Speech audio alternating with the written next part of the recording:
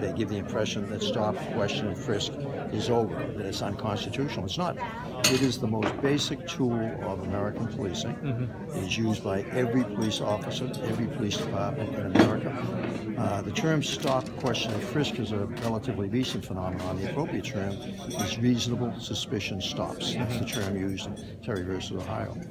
So when presidential candidates, when moderators, when news reporters, when activists say that it's unconstitutional, the total misrepresentation of the Floyd decision.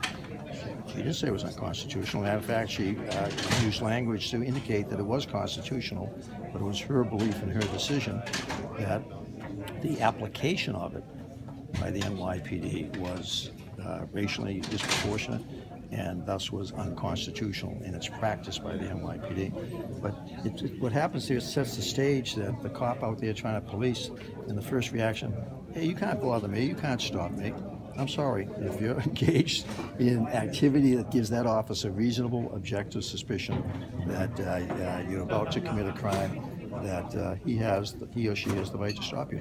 So we give this false impression, and that leads also to this tension or the resistance that so many police are experiencing around America. And what do you make of Donald Trump saying we got to dial up for stop and frisk nationwide? I don't think that's necessary at all. That, again, it always has to be within the law. Every community is different. What Chicago is experiencing right now, for example, is very different than the New York experience in the sense of the amounts of violent crime they're dealing with.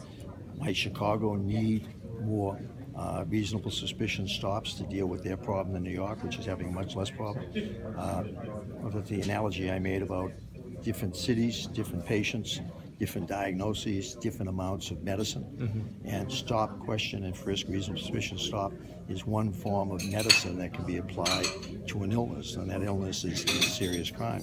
So again, it's the idea of it makes the police officer's life much more difficult when we're either misinforming the public about the law or misinterpreting the law.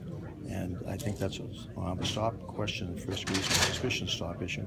That's been a profound problem. It was certainly an issue in the mayoral election here in 2013, and it's become a major issue in the presidential race. So it's great that it's being talked about, but talk about it in an appropriate way. What's legal, what's not legal, what's appropriate, what's not appropriate. Okay, thank you. Thank you.